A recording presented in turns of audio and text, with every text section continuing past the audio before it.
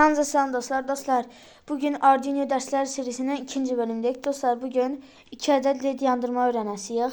Lazım olan şeyler dostlar breadboard, Arduino, 2 adet bu güçləndiricilərdən 2 tane led ve biraz şnur. Dostlar onda videomuza geçək. Dostlar birinci bu Arduino kompüterə bağlayırıq dostlar. Bağlayayım indi. Görürsünüz dostlar. Burada ışıklar yandı dostlar. İndi birinci bölümde gösterdiğim kimi bunu 5 volta taxırıq. Bunu ise sonun üstə gələr. Sonra dostlar yığıntıya bağlayırıq. Bunu da dostlar çıxar. İndi dostlar sonra iki tane led götürüp birisini ben buraya koyuyorum. Geçen videoda da göstermiştim. Çok uzun olan üstəgəl kısa olan çıxdı. Taxırıq dostlar. Üstəgəl solda olan şəkildə, yəni bu ərazidə olan şəkildə.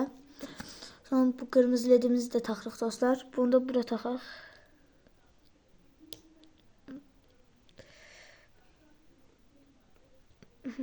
Taxdıq dostlar. İndi dostlar buradan bir tane ne götürürük? Şnur.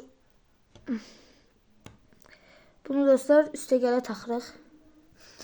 Bu üstəgəlin hər hansı bir ərazisində ola bilər dostlar. Çünki bu şəkildə gedir. Mən bu axırıncı əraziyə taxıram. Sonra isə dostlar buradan da bir dənə şnur taxırıq üstəgələ. Bunu da dostlar bu əraziyə taxırdıq. Son dostlar bir dənə götürürük gücləndirici. Bayaqki videoda demiştim. 2 kırmızı, 2 qara, bir qəhvəyi olan. İndi dostlar bunu taxırıq bura. Bunu bura. Bunu ise bura dostlar. Sonra ise dostlar buradan bir dənə də şnur götürürük. Bunu ise dostlar buraya taxırıq. Bunu da dostlar çıxar. Gördüğünüz kadarıyla dostlar ilk ledimiz yandı. Sonra ise dostlar ikinci ledi bağlamak için birinci dostlar buradan bir tane götürək. Ben de qarşı çıxdı bir tane götürüm. Size de göstereyim dostlar. Onda bu kadar belədir. Ona göre bir tane seçmeliyim buradan. Burada tapdım bir tane. Dostlar indi götürdük bir tane ledimizi. Ledlərini gücləndiricimizi. İndi dostlar bunu burada taxırıq. Bir dəqiqə dostlar taxa bilmirəm.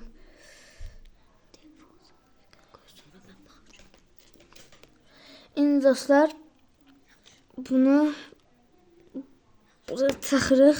Bir çətin olur təkərdən. Sonra bunu bura. Gördüğünüz kadarıyla ikinci ledimiz de yandı. Sağ olun dostlar. Kanala abone olup like atmayı unutmayın.